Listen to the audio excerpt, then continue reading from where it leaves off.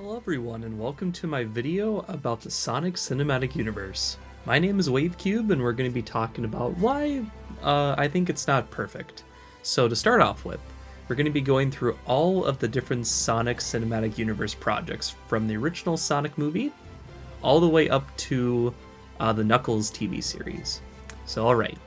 So these are going to be my overall thoughts generally and me rambling about my just experiences and thoughts about these movies. So some history for Sonic Movie 1.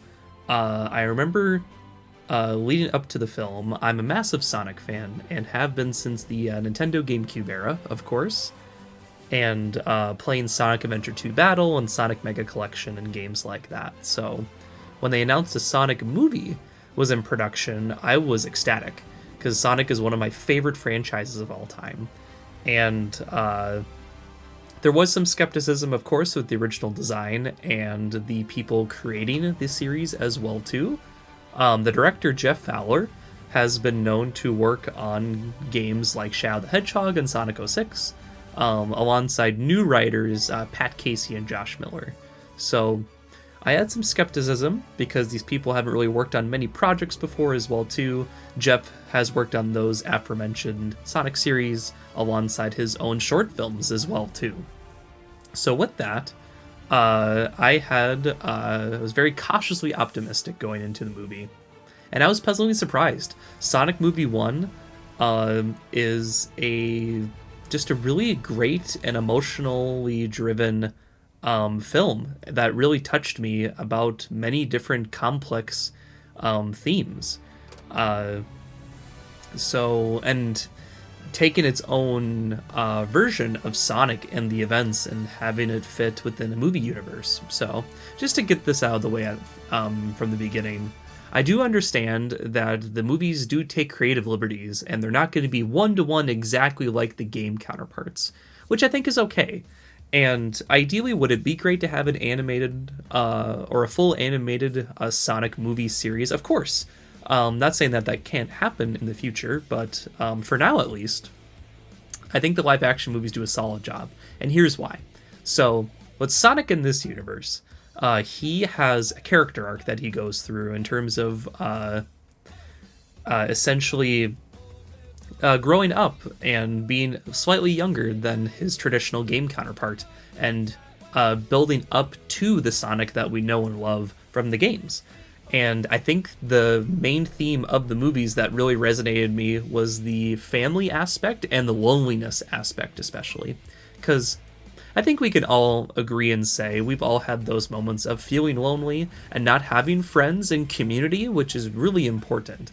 And I think the film nails that really well, and it reminds me of a lot of movies I grew up with as a kid or had just really warm and fuzzy feeling about it. So there's many scenes throughout the film that depict Sonic's loneliness and isolation that feel really real, and they take time in the movie to really let that sink in, and doesn't really take it as a joke. While there is a lot of stuff in the movie that are jokes and are silly, the movie knows when to take, ironically, a step back and slowing down to really understand these characters and their motivations and just their daily life, which I really appreciate, and it makes me really emotionally invested in the movie world itself, which I am very emotionally invested and have a high suspension of disbelief, but I think it does a pretty solid job overall for that. And the characters, for example, which very reminiscent, you could say, of Sonic X, which may not be the most loved piece of Sonic media, but you have the human world, or Earth in this case, that Sonic travels to, and he meets Tom the cop who lives in Green Hills, Montana, and their dynamic is really solid. And I know I've seen many reviews and watched lots of behind the scenes and history about the Sonic movies where people don't believe Sonic and Tom's relationship, and it feels very forced, and like a lot of other live-action Alien Comes to Our Own World movies. But I think the Sonic movie does it in a cool way to where they incorporate things you wouldn't think of from the Sonic games that Sonic would maybe do in this movie. So, like, he nicknames people, for example. He calls Tom Donut Lord because he saw him eating donuts.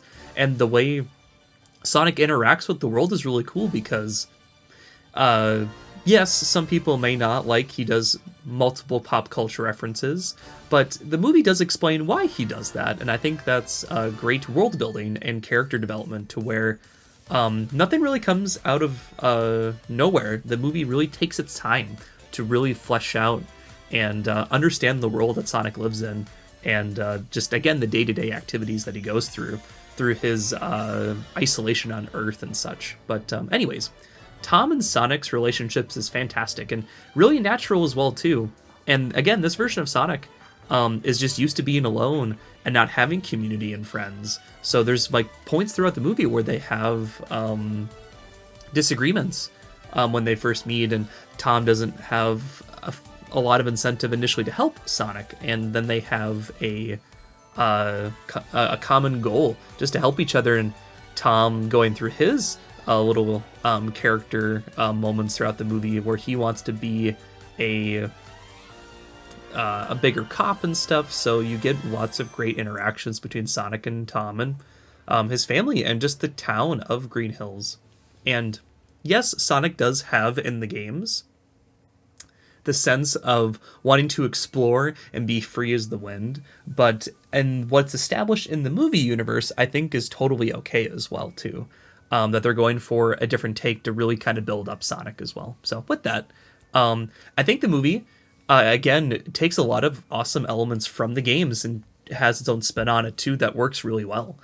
With like the ring portals, for example, where you can just imagine where you go, and that takes you to the world, which I think is a really cool concept, and again, fleshes out stuff from the games, which I will say, compared to like Mario movie and other different types of video game media, the Sonic movie remembers that it's a movie also, and a story where it doesn't just throw constant references at you, and that is the bulk of the movie and what you remember most from it. There are references from the games, which are very few, unfortunately, throughout the movie, but the ones that are there, I think are really cool and just like little Easter eggs.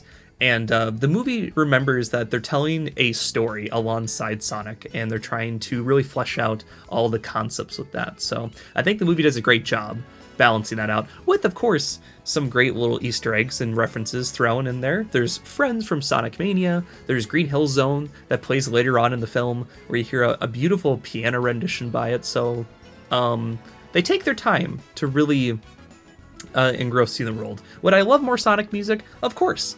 That would be really cool, but it's not the end of the world for me. It just is a solid story, and I really appreciate the time that they give, again, to flesh out the experiences with that. So anyways, that's like the characters and kind of the overall plot that Sonic is wanting to explore Green Hills and idolizes different characters and such too, and then you get to see him just look through Tom's life and help, and then you have Dr. Eggman / Robotnik that Sonic also nicknames because of how his drones look, which is cool, and again is played by the brilliantly portrayed Jim Carrey as Dr. Eggman. And I think his portrayal works really well, and he really leans into the character, even with him not knowing really anything about Sonic, which was cool leading up to the movie. So that's kind of like a lot of my thoughts and just the overall beats of the movie. I think it tackles really kind of complex issues, again, like loneliness and isolation, and just the human element really well. And Sonic's design portrays that beautifully, where he goes through a range of emotions, which doesn't really happen very much in the games also, which is really refreshing and cool to see. You get lots of new interesting perspectives from that. And yes, maybe some people may think it's cliche or it's been done to death, but in a lot of ways, there are like tropes and things you see in all media that you may consume, and it's all about like execution. And I think Sonic Movie 1 specifically does a really fantastic job at doing that. And of course, there's flaws. It's not a perfect movie as well. Would it have been cool to see all the Sonic characters in the first movie? Of course, and maybe more elements of the actual video games other than just seeing Green Hill Zone / South Island, Mobius, whatever, portrayed. Definitely. But even like through behind the scenes and stuff too, it's understood that they wanted to do all that stuff, but definitely Paramount and other companies can intervene to make sure budget and things where they might not want to go that exact direction right away, which is fine. But yeah, you never know what the future could hold with that. And also looking at the movie just as what it is rather than maybe what it isn't, I think it's a solid, just great movie that really hits those nostalgic ties of movies again that I grew up with, that were really just kind of heartwarming and great. And again, all the human characters, I really enjoyed their dynamics, which was fun. Sonic and Eggman / Robotnik and Jim Carrey play off each other really well, and Ben Schwartz, I think, is genuinely a fantastic choice for Sonic, alongside the rest of his career that Ben has done for characters. I thought he slipped into the role really well, which was nice to see. Not just someone from the video games like Roger Craig Smith play him. It was nice to, again, have a fresh voice on the character to help him really distinguish himself from the games, but also making it its own too, to have that balance. Yes, maybe not all the jokes land as well in the movie too, or the references that Sonic does, but again, it makes sense and feels grounded, I think, within the universe. But yeah, not a perfect film, but if you look at it from, again, the emotional side of it too as well, I think you'll be in for a massive treat with this movie if you've not seen it already too. But most likely, if you're watching this video, you've seen these projects, and me just giving my overall thoughts on them. So yeah, and again, I will say, even though that there isn't a lot of Sonic exact references or music in the movie, it still feels pretty faithful overall, I would say, to like the property and things like that. And again, takes creative liberties. Like Sonic has like slow motion abilities that he shows throughout, like this scene you're seeing right now, which is fun and cool. But no, just a fun, simple, but also pretty deep and effective movie that really kind of encapsulates Sonic's behaviors and attitude, while also giving him more of a relatable and human side, which I think is great. And there was a lot of deleted scenes and things I wanted probably to expand upon in this universe, but probably didn't have enough time or budget and things of that nature as well. But yeah, overall, Sonic Movie 1, I love a lot, and I think definitely, and I mean, it's had a lot of praise, but it definitely, I think, deserves more, especially for the themes that it tackled, and just seeing Sonic for the first time in CG in this cool style, and again, never having a movie like this before too, which is really cool. But again, there's always can be room for improvement with that. So yeah, I remember just, again, loving it in the theater when I went to go see it. And yeah, and just being surprised by some of the different characters too. I was like, oh wow, James Marsden, I've not seen him since like Enchanted and some other movies, and like Jim Carrey, being initially skeptical because he doesn't look also exactly like his game counterpart, but that's fine.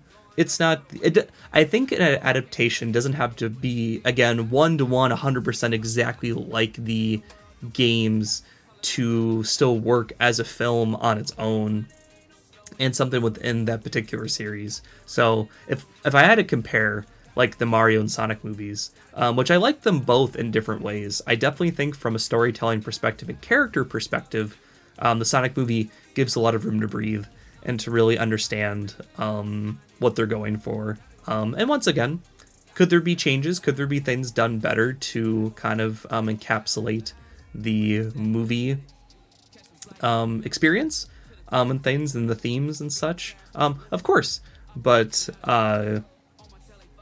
it's understandable that they, again, maybe only have so much time, or people have to take into account executives where the creators may want one thing and then the studio slash company may want another. Even though they did listen to fans about the criticism and feedback for this movie and experiences, they can only do so much sometimes within the amount of time that they have. And Paramount is experimenting with a lot of their other projects for like Teenage Mutant Ninja Turtles and Transformers, to where they want to allow for animated projects for movies and such, and live action ones. So, and again, the Sonic movie 1 did surprisingly well, even when the pandemic was just around the corner. It did fairly well in the box office, to where, again, it allowed for all these projects to flourish. And with that, more creative control and faithfulness to the game elements while balancing out what was already established in the existing movies. So, yeah, with that, I'm really excited to see what the future will hold for this series as well.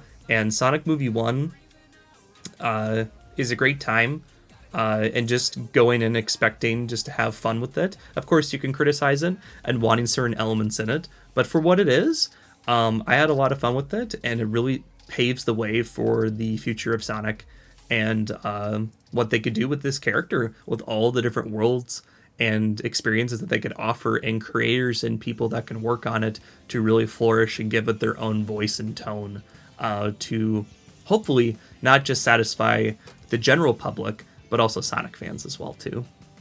And what was awesome that I remember loving, unfortunately it was spoiled for me when I saw the movie originally, the post-credit scene where you get to see Miles Tails Prower from the games, who's Sonic's sidekick, of course. And then in this movie universe, after the day is saved and Sonic sending Robotnik to the Mushroom Planet, which is an area that Sonic does not like, which people have joked that it's based off of Mario, but I don't completely see that, but I could see why others would. So it was just great, just be like, hey, here's Tails, and we're going to flesh them all out, and they, again, slowly introduce these characters and experiences to really make sure you get, it doesn't have like a Spider-Man 3 situation to where there's too many villains and characters going on, where they don't feel fully fleshed out and real. And I like that the Sonic movie did that, so I'm really excited to talk about in the next section shortly what that'll entail. So that's my thoughts about Sonic Movie 1 and just the future of the franchise. Now, transitioning into Sonic Movie 2. So, again, when this movie came out, or was leading up to its release, I was following everything. I had complete hyperfixations and brain rot for that. And I was stoked. I, again, just like Sonic Movie 1 and all the promotional material and the song they had for the first movie for Speed Me Up, and then Stars in the Sky for this movie, you can just really tell they listened to the fans and they wanted to take the basis of the first movie and try to expand that with more of the Sonic game elements we know, but in surprising and cool ways, where they don't just completely adapt a game. They take elements from the games and make it their own from what they've already created. I did forget to mention in the first part of that section for Sonic Movie 1, I liked Crazy Carl a lot, and I'm really sad that he never got to return when he did the little Sonic meme. But continuing on, Sonic Movie 2, I remember seeing in theaters, and I was very ecstatic after seeing the Emerald Hill Zone little teaser, and I'm like, oh my gosh, they're going to include more songs from the games, right? And unfortunately, no. You do get a little Green Hill Zone reference on Tom's phone during a wedding scene throughout the movie, because that's the plot of the second movie, where it's Sonic and Co. Going on their own adventure, while the human characters like Tom and Maddie that you meet through the first movie, they go to a wedding in Hawaii. So the movie split up in two plots. You get the Sonic stuff, and then you get the human things, and then they converge later on. So you get Knuckles introduced, which I was very excited about.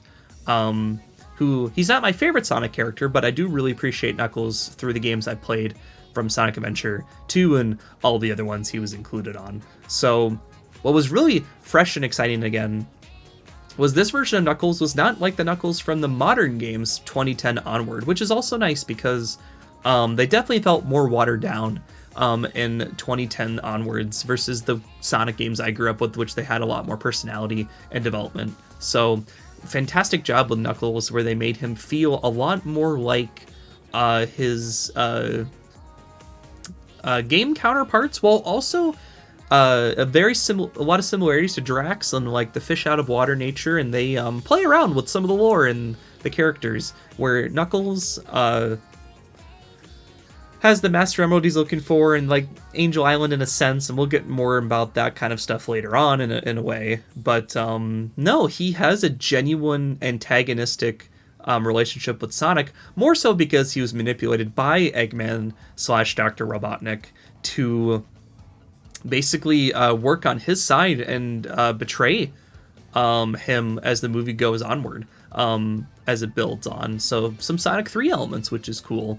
And Idris Elba, who plays Knuckles, does a brilliant job. And what was also cool, I forgot to mention, is Colleen O'Shaughnessy voices Tails in the Sonic movies, which is cool because that's actually the voice of Tails from the video games. And it was neat to see Idris Elba, who I've enjoyed in quite a few films, take on Knuckles. And again, he does a great job, and I really like his portrayal of the character, where he's very serious, and he also is very Drax-like, or he doesn't understand certain things, and they make lots of great jokes with this interpretation of Knuckles while still feeling faithful. And again, Sonic, Tails, and Knuckles dynamic throughout the movie is great, and with Tails, they kind of turn up the obsessiveness nature of him a bit, which some people may or may not like, but in the games, Tails always looked up to Sonic and went through character arcs of maybe not relying on him as much, and using his technology and all of his other abilities and facets to his advantage, which he does do in this movie. And they definitely have leaned in on that quite a bit more as the games and media have progressed, which again could be Flanderization for the characters if they reduce them down to one trait. But again, I think the Sonic movie 2 does a great job at making sure, again, the characters feel fleshed out and real. And Tails' obsession with Sonic is interesting because he's been like watching him throughout the movies, which you could argue, well, why didn't he like join Sonic or not just watch him the whole time as the movies go onward? But no, they kind of explain like Tails was not the most like popular character, or like would be made fun of and stuff too, so I think they did a good job establishing that. And no, Tails and Sonic's relationship, even though maybe a bit obsessive, that Tails may go through an arc later on throughout the series, no, and they play it like pretty straight too, where it's like they explain little things where, like, even in this scene where Tails is like, well, do you trust me? And Sonic's like, well, no, because I just, like, met you. Like, why would I do that? So there's lots of great character moments throughout the movie to convince you and have it believable. And Knuckles and Eggman's relationship is also pretty solid, too, to where you get lots of moments, which, again, compared to the first movie, you get a lot more Sonic-y stuff in this, which is nice. Again, they keep improving on those elements as the films go on. And again, the best parts of these movies are obviously the Sonic parts, where you get to see the characters interact and feel like they would be from the games and beyond. So like Tails and Knuckles and Sonic and Eggman all feel fantastic. Even here, you get this little section like Knuckles like clings to the wall and can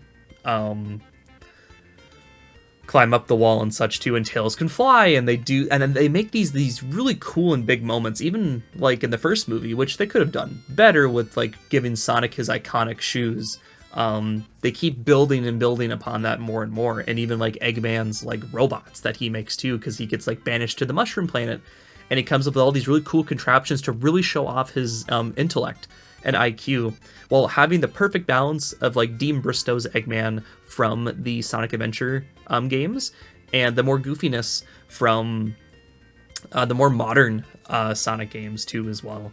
And Jim is able to just really fully engross himself in that, which he's made it apparent that he loves doing these movies and wants to be more and more unhinged and be more accurate as a character, which you get with each incarnation and each follow-up for that.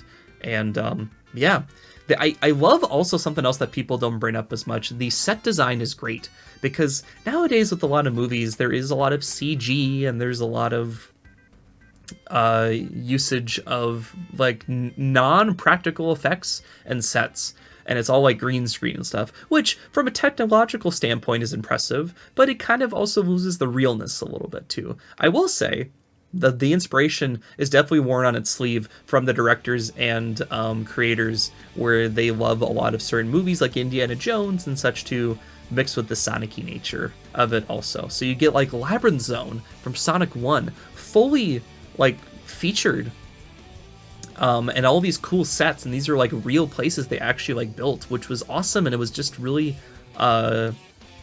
neat to see, alongside just the action getting more and more intense too, with I think unintentional references to the games in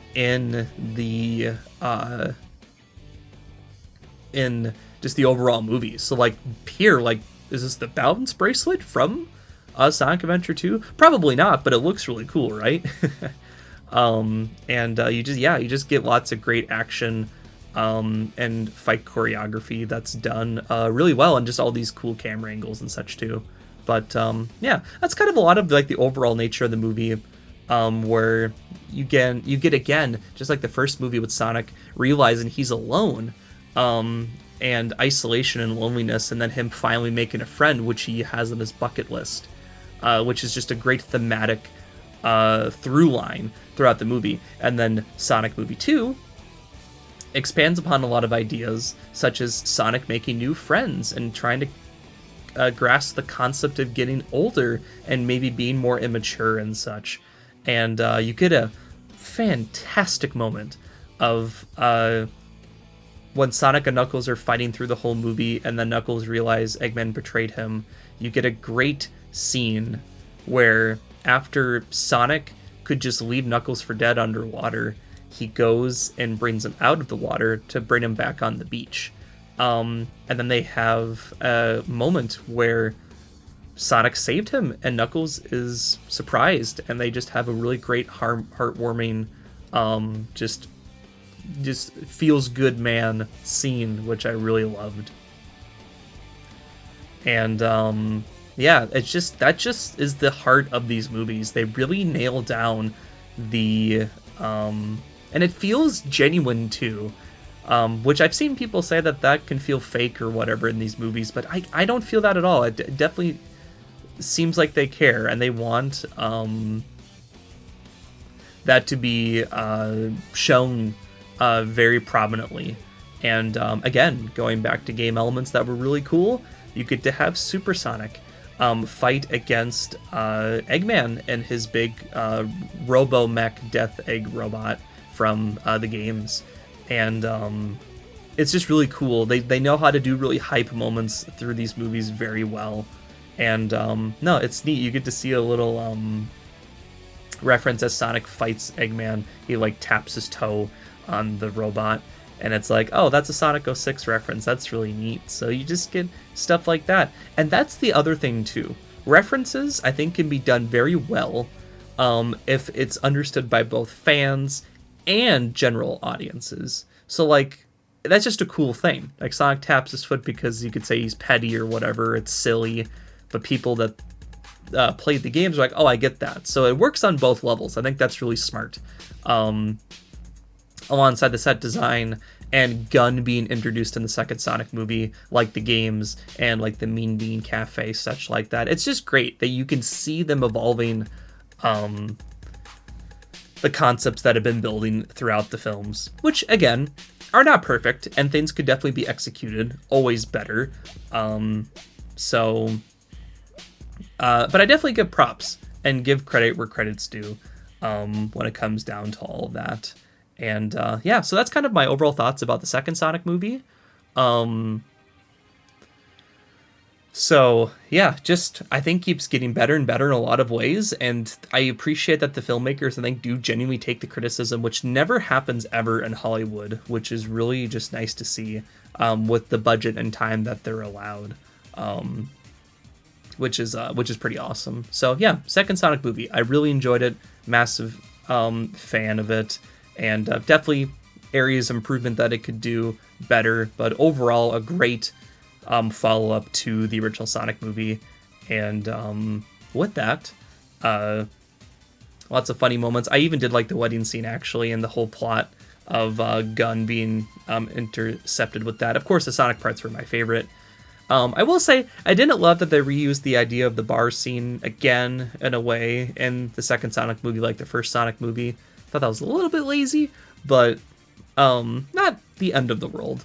They could have just been a bit more creative there. But yeah, to kind of wrap up this section of me talking about the second Sonic movie, we get another post-credit scene, which has my favorite Sonic character that I was really hoping would be in this movie universe, or they would tackle, which especially so because the director worked on Shadow the Hedgehog. So you get a great scene of the characters being like, oh, 50 years ago, there was this experiment or thing that's happening that Gunn is talking about.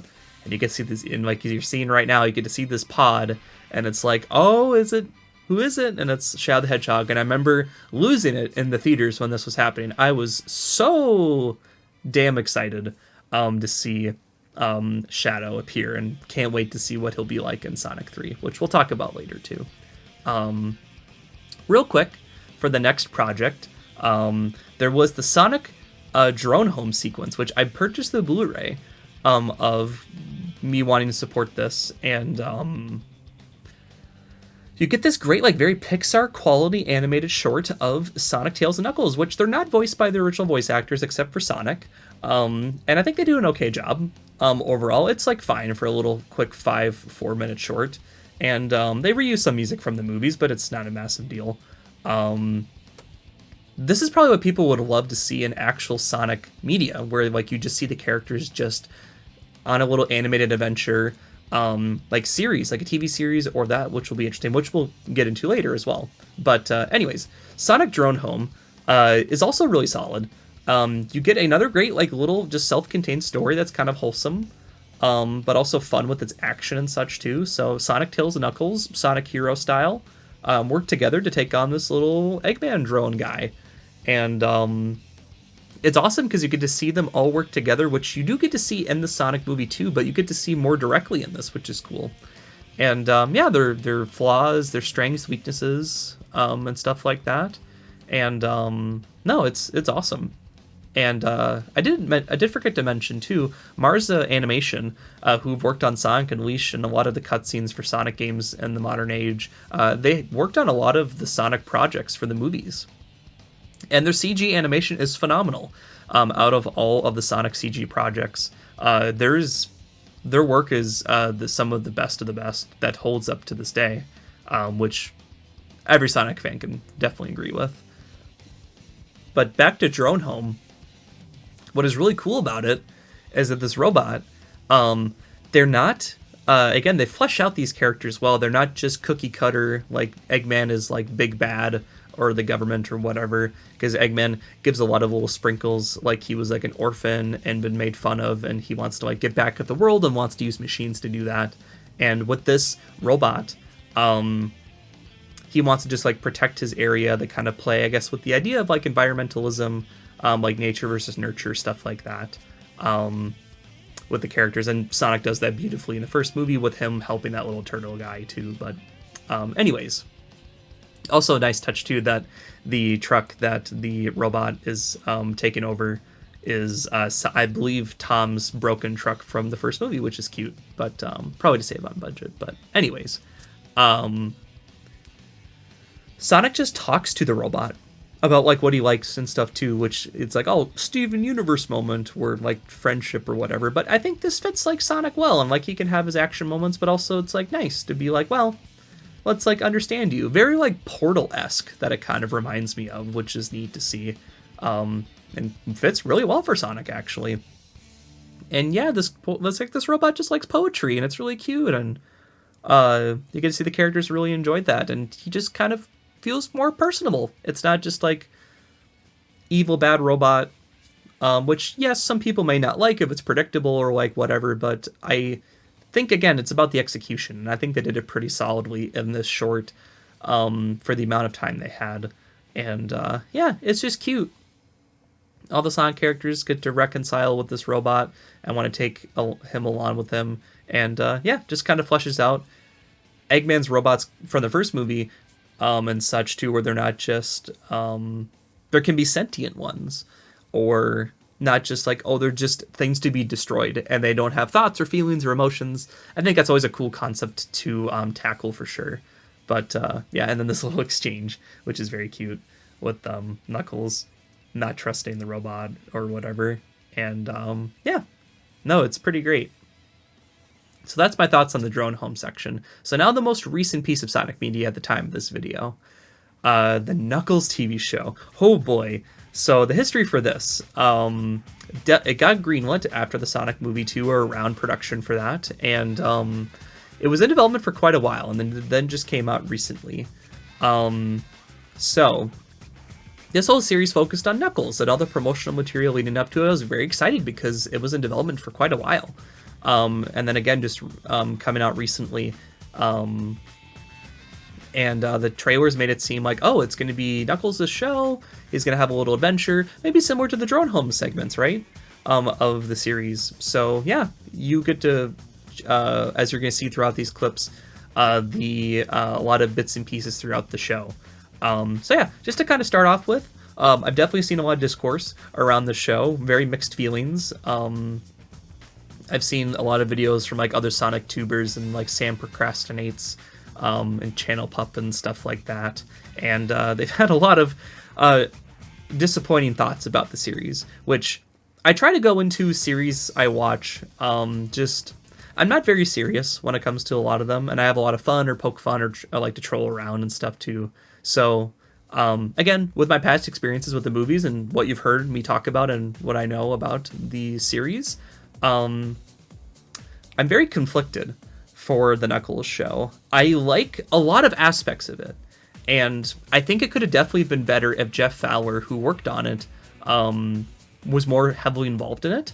But again, for what we were given and what was made very obvious in episodes to where they didn't have as much as high of a budget, because Sonic and Tails barely show up in it, and Knuckles does show up in it quite often, but can definitely feel sidelined in a lot of ways. And what I mean by that is the whole premise of the show is Knuckles getting adjusted to Earth, similar to Sonic and such from like the first movie, and just making friends with them and having little interactions. Like he attacks like these contractors at Tom and Maddie's house, and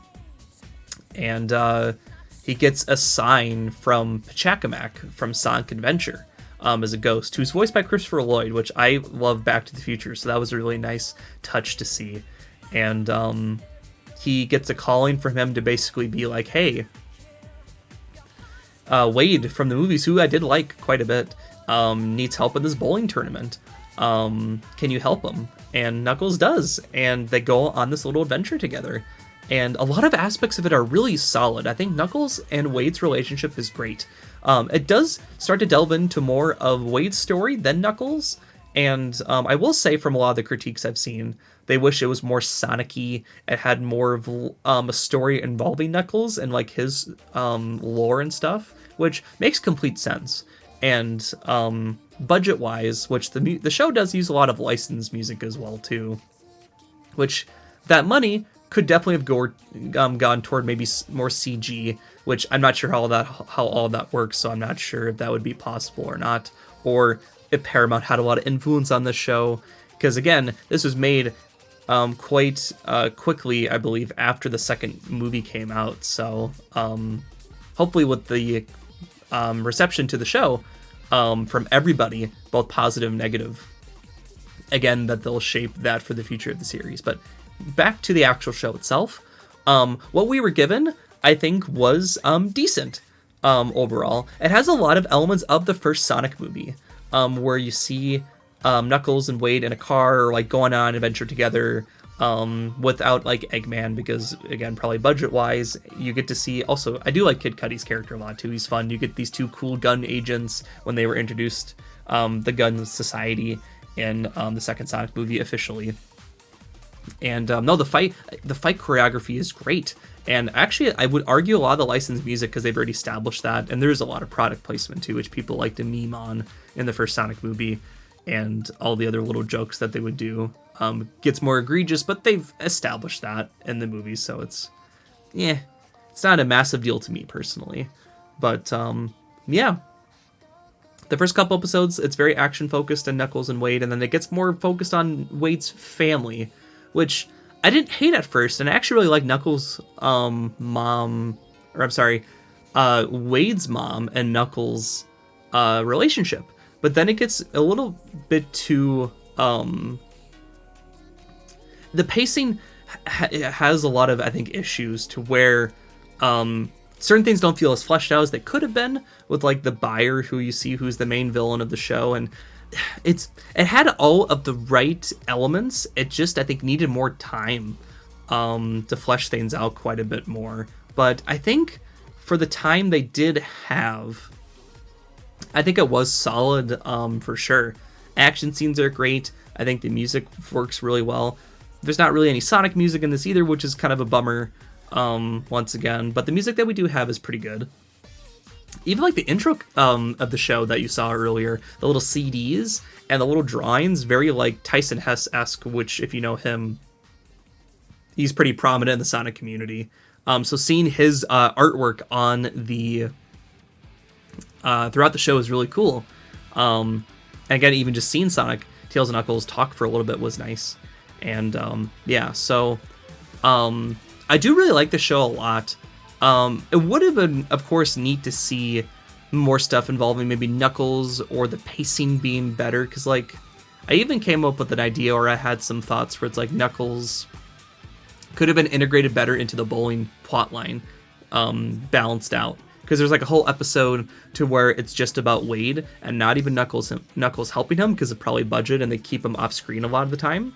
I will say, since it's a bowling tournament, they kind of played around with this idea even in the intro scene. So in the CD intro for the Knuckles show, there's a part where Wade like bowls Knuckles like a bowling ball, and they don't ever really do that in the show itself, which is weird, because there's like extensive sequences where Knuckles is just off just watching Wade do his thing, which can be cool in its own right, but more of Wade and Knuckles together would have been neat to see, and that balanced more. And even the gun agents, I think, having more of a prominent role in the show would have made, I think, things a bit more exciting as well. So the framework was there. It has a lot of great ideas. The action is solid. The set pieces are pretty good. And again, the animation for the time that this, like, in modern day shows now, they nailed the style. Like, this looks like it's stripped straight out of the movies. The budget definitely did not feel lower in that aspect, so maybe that's why they couldn't show maybe Knuckles or the action scenes as much. But I think they did a solid job with that too.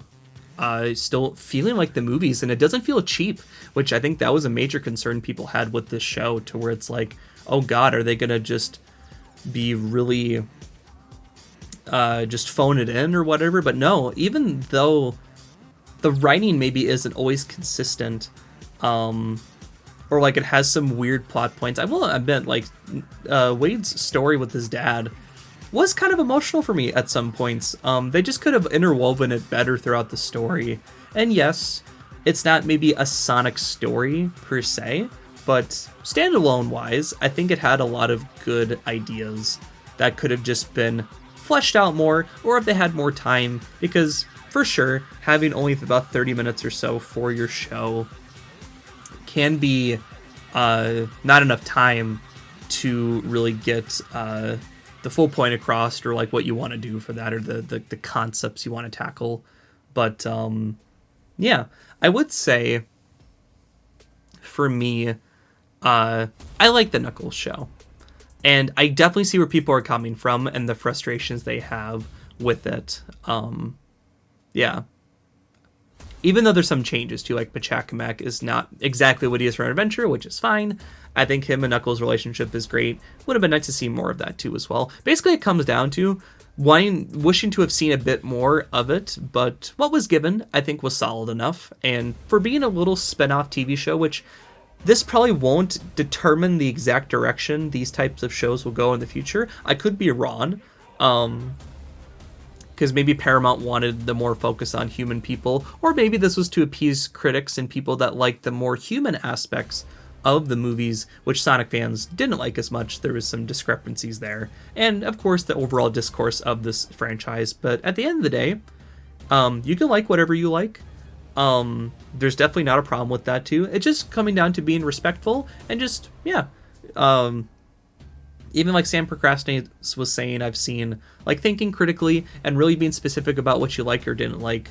Even though, like, maybe this has a pretty high score that you've seen so far for the ratings of the show. But give it a shot yourself if you've not seen it already. I think it's definitely worth giving a try. If you know what you're...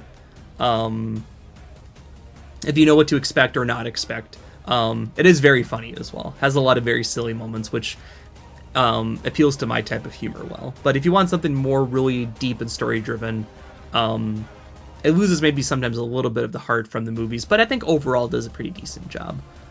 If you like Sonic Movie 1 especially, I think you're going to really like a lot of aspects of Knuckles for sure. So yeah, that's my overall thoughts on the Sonic Cinematic Universe. I really appreciate you taking some time to listen to my thoughts and just experiences with this overall franchise. And I can't wait to see it. I can't wait to see where it goes from there. All right. Well, I hope you guys have a great rest of your day, and thank you for watching.